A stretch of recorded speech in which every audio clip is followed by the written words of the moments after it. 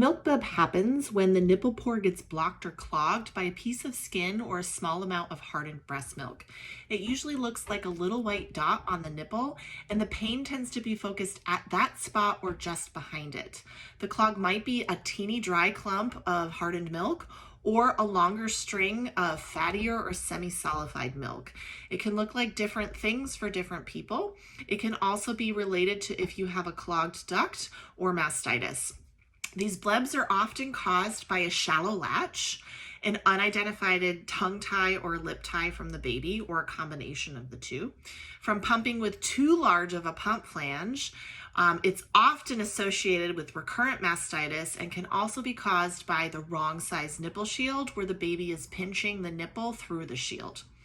When the bleb is caused by covering of the skin in the nipple pore, the duct obstruction will often pop out from the pressure of feeding or nursing, or from using a pump. By changing baby's position at the breast and really focusing on a deep latch in a different position, you can often use baby's suction to pull out that bleb by breaking open the skin over that nipple pore and allowing milk to flow freely. You may notice that if you hand express or pump, that milk may come out as a solid clog or a clump and come out all in one piece. That area can be really tender and sore after you move that clog. Now, when you have a milk bleb, the first step is to identify why you're having the clog. So if you have a shallow latch, you want to address the position and latch. If you can't figure that out on your own, please definitely find and work with a qualified lactation consultant. If you have been told that there's a possibility of a tie, there's a slight tie, anything like that, you'll definitely want to be seen by a qualified lactation consultant or a skilled pediatric dentist. Remember that pediatricians are not trained in identifying tongue ties. And so if you were only merely looked at for a tie, that was not a full assessment for a tie. A full hands-on assessment needs to be done to determine if the tongue is tied. What happens with a tongue tie is the tongue pinches the nipple to the roof of the mouth. It causes inflammation and swelling in the nipple, which then causes milk to back up in those nipple pores, creating the bleb. So usually once you have the tongue tie clipped or released, as the baby's latch improves, you should no longer get those recurrent milk blebs. And the other big thing that I see is from flanges and from nipple shields. So most people cannot pump with the flange that comes with their pump. Those are usually 24 or 28 millimeter flanges. In my practice, the majority of people need to go smaller in diameter. It's based off of your individual nipple. So if you're doing any kind of pumping or exclusively pumping and find yourself getting recurrent milk blebs and or plugged ducts and mastitis, this is usually the culprit. Same goes for the nipple shield. Most people are given a Medela 24 nipple shield in the hospital if they need one. That's what gets carried in stock. It's usually either a small, which is 20 millimeters, or a medium, which is 24 millimeters. But there's lots of different shapes and sizes of nipple shields, and it really needs to be matched to the nipple and the baby. So if you're using a nipple shield and getting plugged ducts and blebs, that might also be the culprit. So now that you figured out why you're having the milk blebs, let's talk about treatments.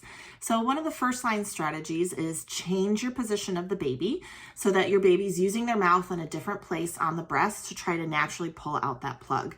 Instead of pumping too much, especially if you're not using the right size flange, you want to instead use hand expression where you can focus on that area to be able to pull milk through that bleb. If you don't know how to hand express, check out my course called Latched, where I show you how to do that. So hand expression can be a really helpful tool to get milk specifically to move through that bleb. Another strategy that you'll want to try is taking sunflower lecithin. Sunflower lecithin is a fat emulsifier. It keeps the fat globules from sticking together and keeps the milk moving through the breast. Although some people find taking choline, which is found naturally in foods like eggs, to actually be better than taking the supplement lecithin.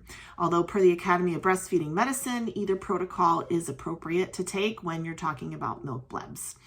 The other thing that you want to remember to do is ice and not heat. So usually those blebs are caused by inflammation where there's been swelling around that nipple area where milk is not moving through efficiently. So instead of doing a lot of heat, which can actually perpetuate the inflammation, you want to put ice on that area. You can ice immediately after feeding or pumping to hopefully help reduce that inflammation for you. Another strategy that can help are saline and Epsom salt soaks. So putting saline or Epsom salts in something like a haka where you can submerge that nipple, or putting those in a bowl and submerging can also help really soothe that area. If you've exhausted all of the other options, coconut and olive oil on the tip of the nipple, Epsom salt soaks, icing after, you've addressed the shallow latch, you've addressed the tongue tie, and you're still getting recurrent blebs, which are then leading to mastitis, according to the Academy of Breastfeeding Medicine Protocol for Mastitis number 36, another medication that you could actually ask for a prescription for from your healthcare provider would be triamcinolone 0.1% spot applied 3 times a day for 1 to 3 weeks. This medication is a cream that you would gently apply after feeding and pumping right on that nipple bleb. You would remove it with a soft washcloth or wipe it off before feeding, but that has been found to be successful in helping with recurrent or stubborn milk blebs. You may have heard somebody give you the advice to use a soft washcloth or a fingernail to try to pick at the top of that milk bleb.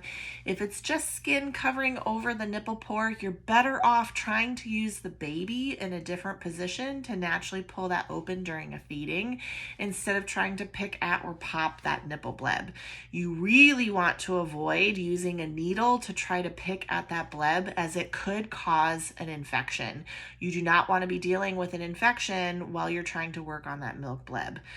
If you needed to have it opened up, seeing a breast specialist or a breast surgeon could be an option with the use of a sterile needle, but you would want to definitely make sure that you're being seen by a healthcare provider before doing that. If you are also getting recurrent plug ducts and mastitis along with those milk blebs, there are other therapies like ultrasound therapy done by a physical therapist that can help break up that milk fat to help it move through the breast.